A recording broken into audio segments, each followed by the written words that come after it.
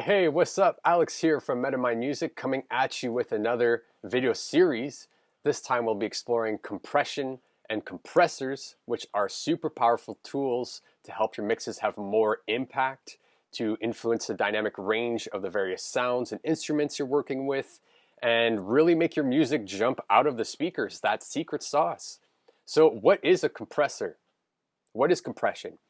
Before diving in and overwhelming you with all this technical jargon and all the nitty-gritty details, I want to just give you a simple example of how you've actually operated as a compressor in your own life. So if you think about when you've watched an action movie or you've watched a horror movie and you come across like an action scene that's super loud, and then you have to reach for your controller and lower the volume until you get to a scene that's now just mostly dialogue, and now it's way too quiet compared to that action scene. So you take your remote again and you increase the volume so you can actually hear what they're saying until you get smacked in the face with another action scene that's like super terrifying or super loud, and you have to lower the volume again. Well, that action of you grabbing that remote and changing the volume, either increasing it or decreasing it, is exactly what a compressor does. And it's basically an automated or an automatic volume fader depending on what input is coming in.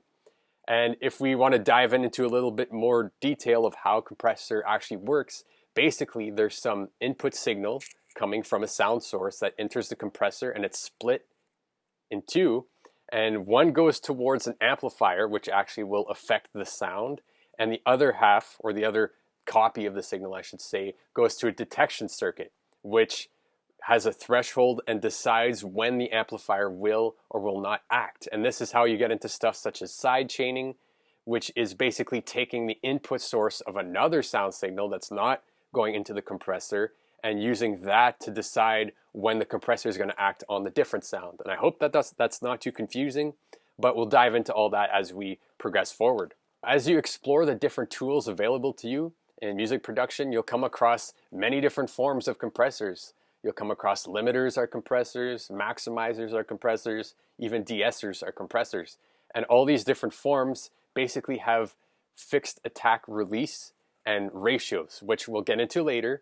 But just for now, understand that these are all the same form, the same principles that will apply to these different tools. And a final analogy I want to leave you with about like what is the goal with a compressor, like why would you utilize it? And a good way to conceive that is basically think about a boxer and a punching bag, okay? And the punches that the boxer is throwing is basically the sound source that's coming into the compressor, right? And the punching bag is the compressor acting on the sound source, right? So depending on how loud and how powerful the punch of the sound is, it's going to hit the punching bag or the compressor a little bit differently.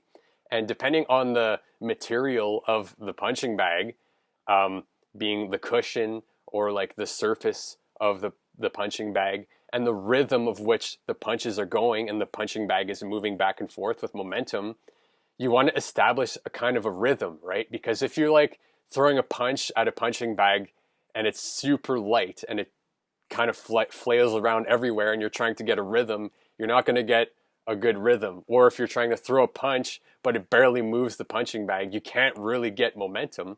But if you're throwing a bunch of punches and the punching bag gets hit, goes out, swings back, and just in time for your other punch to come in, and there's a sort of rhythm working, that's a good analogy for the input signal that's coming into the compressor and how the compressor is acting to really have maximum punch and have a rhythm going, so it really brings out the impact of those punches and you have a rhythm.